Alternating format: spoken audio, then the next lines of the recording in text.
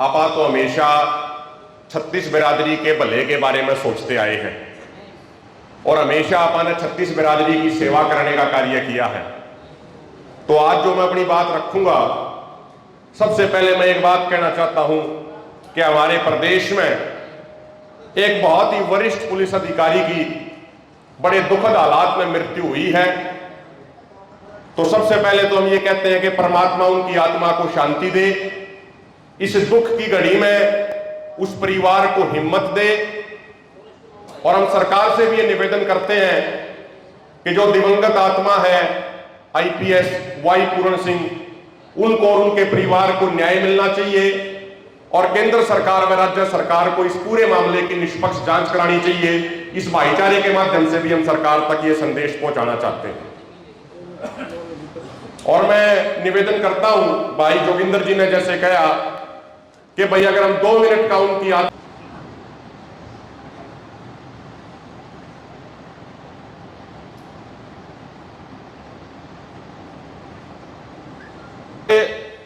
काफी समय से हम बात सुन रहे थे, हमारे बहुत सारे बड़े बुजुर्ग, हमारे नौजवान साथी मेरी जोगिंदर भाई की, प्रियंका बहन की तारीफ कर रहे थे। देखो, मैंने तो एक बात सीखी है कि कोई भी व्यक्ति अकेला कुछ नहीं कर सकता। उसके साथ जब समाज का आशीर्वाद हुआ है, समाज का साथ हुआ, उस परमात्मा वाहिगुरु प्रकृति का आशीर्वाद हुआ है, जब वो व्यक्ति कुछ आगे बढ़ के मैं कर पावे है। और मैंने हमेशा बड़े बुजुर्गों ने यह बात समझी कि अगर हमारे हाथ पे परमात्मा कोई अच्छा काम करा दे तो उसका श्रेय समाज को दे देना चाहिए। और हमारे किसी भाई बंधु से अगर कोई अनजाने में गलती भी हो जाए तो हमने उसकी जिम्मेदारी खुद लेकर उस गलती को सुधारने का प्रयास करना चाहिए। वैसे आज के दिन चल रहा उल्टा। मान ले जोगिंदर भाई के मैं बढ़िया काम कर देगा तो मेरे पर आगे के कहेगा, हाँ जोगिंदर ने के मेरा काम तो मैंने बढ़िया कराया है। और जब मैं कोई जानबूझ के गलती भी कर दूंगा तो फिर मैं नहीं कहूंगा ना भाई जोगिंदर भाई ने जानबूझ के करा दी मेरे को, तो चाल उल्टा रहा है। तो मैं सबसे पहले जो आज के जिन नौजवान भाइयों ने बहुत कोशिश करी है, बहुत प्रयास कराया है हम सबको, आप सबको इकट्ठा करने का, मैं उन सब भाइयों का बहुत बहुत धन्यवाद करता हूं। चाहे हम गोत्र के नाम पर इकट्ठे हो, खाप के नाम पर इकट्ठे हो, सामाजिक संगठन के नाम पर इकट्ठे हो, किसान यूनियन के नाम पर इकट्ठे हो, महत्वपूर्ण बात है इकट्ठे होना। अगर एकजुट होंगे तो हमारा समाज पूरा भाईचारा बचा रहेगा। और जब अलग अलग बटे रहेंगे तो एक एक करके नंबर सब का आना है, किसी का 2 महीने पहला आ जाएगा, किसी का 2 महीने पाछा आ जाएगा। और मैं आपसे एक निवेदन जरूर करूंगा, जैसे अभी 1-2 साथी ने सुझाव भी दिया और उसके बाद कई साथियों ने बड़ा अनुभवी उस पर विचार रखे अपने। जैसे बात आई कि भाई समाज में कोई नेतृत्व करने की जिम्मेदारी किसी को दी जाए, मैं आप सबसे एक प्रार्थना करूंगा, एक विनती करूंगा। अगर हम हलवे ने थोड़ा सीधा करके खाओगे तो हाथ भी नहीं जलेगा, जीभ भी नहीं जलेगी और थोड़ा मजा भी आओगा, स्वाद भी आओगा। हर चीज की एक प्रक्रिया होती है, एक प्रोसेस होती है। अगर वह प्रक्रिया पूरी करके करोगे तो नतीजा बढ़िया होगा, अगर तगाजे में करोगे तो नतीजा ठीक नहीं आओगा। हम देखते हैं बहुत सारी जगहों पर खापों में भी, हर खाप में 2-2, 3-3 प्रधान बन गए, 4-4 प्रधान बन गए। कोई कांग्रेस सपोर्टेड प्रधान बन गया, कोई बीजेपी सपोर्टेड प्रधान बन गया, कोई जेजेपी सपोर्टेड प्रधान बन गया, कोई इनेलो सपोर्टेड प्रधान बन गया। जब समाज में इस तरीके का 4-4, 5-5 प्रधान बन गया है तो आज समाज की ताकत बढ़ने की बजाय समाज की ताकत खत्म हो जाती है, समाज की ताकत कमजोर हो जाती है। तो जो इकट्ठे होने का उद्देश्य हुआ है वो उद्देश्य उस हालात में पहले ही विफल हो जाए, पहले ही फेल हो जाए।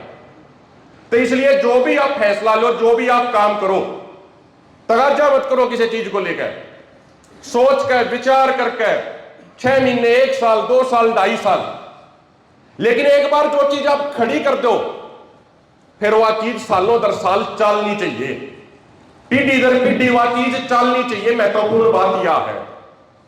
और मैं आपसे एक निवेदन और करूंगा कि जब आप अपना पूरा स्ट्रक्चर, पूरा ढांचा आप सब लोग मिलजुल कर तैयार करोगे तो कई सामाजिक ताने बानों का भी ख्याल रखना पड़ेगा। बुजुर्ग उस बात में समझते होंगे। एक होगा गोत्र, एक होगी खाप। बुजुर्ग बैठे हैं, कई कई खाप इसी हैं जिनमें एक खाप में कई कई गोत्र आवे हैं। अब उदाहरण के तौर पर मैं आपको उदाहरण देता हूं। जैसे मेरा जो जन्म स्थल है, जो गांव है, वो छिनोली हो गया। छिनोली गांव कोहाड़ा का है और कोई दूसरा गोत्र नहीं है, लेकिन जो चारों तरफ गांव है वो दैया के गांव है। और जो दैया है, ढैया ढाई, उसमें आधा गांव छिनोली की भी पूछ करी जाती है, बेशक कोहाड़ गोत्र हो। जब भी कोई चबूतरे पे कोई पंचायत होती है, कोई फैसला होता है, तो पूरे मान सम्मान के साथ चिट्ठी भी भेजी जाती है और बात सुनी भी जाती है और उस बात पर गौर भी किया जाता है। इसी तरीके से सोनीपत में जैसे सरवा खाप, उनके 12 गांव हैं, लेकिन उनमें सहरावत गोत्र के भी आवे हैं, सरवा गोत्र के भी आवे और अन्य गोत्रों के भी गांव आते हैं।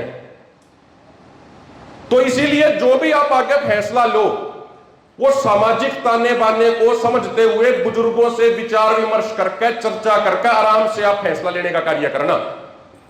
जैसे गोत्र हमारा कोहाड़ हो गया, चाहे आप नागल गोत्र से हैं, चाहे हमारे भाई जाटान गोत्र से हैं, हमारा सारा की शुरुआत एक है। लेकिन जब खाप की बात आती है तो छिनोली गांव को दैया खाप के अंदर ही काउंट किया जाता है और उसको पूछा भी जाता है। और मैं आपसे एक आगे निवेदन और करूंगा। जब आपने कहा, हम सब ने कहा कि भाई कोहाड़, जाटान, नागल गोत्र एक है, तो जब भी आप स्ट्रक्चर उसका तैयार करो, इस बात का विशेष ध्यान रखना, किसी भी बुजुर्ग को जब आप जिम्मेदारी दो तो उसका सिस्टम बनाना, उसका स्ट्रक्चर बनाना। जब एक का है तो ऐसा होना चाहिए कि भाई एक बार जिम्मेदारी जाटान भाई के किसी बुजुर्ग ने दे दी, एक बार जिम्मेदारी नागल भाई के बुजुर्ग ने दे दी, एक बार जिम्मेदारी कोहाड़ गोत्र के किसी बुजुर्ग ने दे दी। अगर हम सबको साथ लेकर चलेंगे, जब वह हम मजबूती से आगे बढ़ पाओगे। जब हमारे अंदर त्याग की भावना होगी, तब जाकर हमारा कर्म, हमारा कार्य सफल हो पाओगा। अगर मान लो मैं यूं सोचूं कि भाई सारी चौधर मेरे दोहराए आ जाए, सारी चौधर मेरे दोहराए जोगिंदर भाई दोहराए आ जा, तो उस तरीके का काम होया नहीं करते। जब इंसान त्याग करेगा, और भारत जो धरती है वह ऐसी धरती है यानी हमेशा त्याग करने वालों का बहुत मान सम्मान किया गया है। चाहे गौतम बुद्ध हुए हो, चाहे महावीर हुए हो, चाहे चौधरी छोटूराम हुए हो, चाहे अंबेडकर साहब हुए हो, चाहे महात्मा गांधी हुए हो, चाहे जेपी हुए हो, चाहे महेंद्र सिंह टिकैत हुए हो, चाहे मांगेराम मलिक हुए हो, जिन लोगों ने समाज के लिए त्याग करा, समाज ने हमेशा उनका अनुसरण करने का कार्य किया है। और जिस भी भाई को, जिस भी बुजुर्ग को जिम्मेदारी दो, जिम्मेदारी लेना एक बात है, लेकिन उस जिम्मेदारी को निभाना बहुत औखा काम है, बहुत मुश्किल काम है। भाई जिम्मेदारी लेने में तो किए जावे है, एक 100-200 रुपए की पगड़ी लिया और पगड़ी बांध लिया, भाई हम भी बन गए चौधरी, हम भी बन गए चौधरी। लेकिन उस पगड़ी की लाज रखना, उस खंडके की लाज रखना, उसके लिए कई बार पूरी पूरी जिंदगी कुर्बान करनी पड़ा है, जब जाकर उसकी लाज रखी जावा है। तो नौजवान साथियों, मेरे बुजुर्गों, आखिर में मैं बस यह बात कह के अपनी बात को खत्म करूंगा। जैसे बात आई, एक दो भाई सिसाए के थे, उन्होंने एक सुझाव रखा, उन्होंने चबूतरे का सुझाव रखा। मैं उस बात को आगे बढ़ाते हुए एक बात कहना चाह रहा हूं। आज का युग शिक्षा का युग है।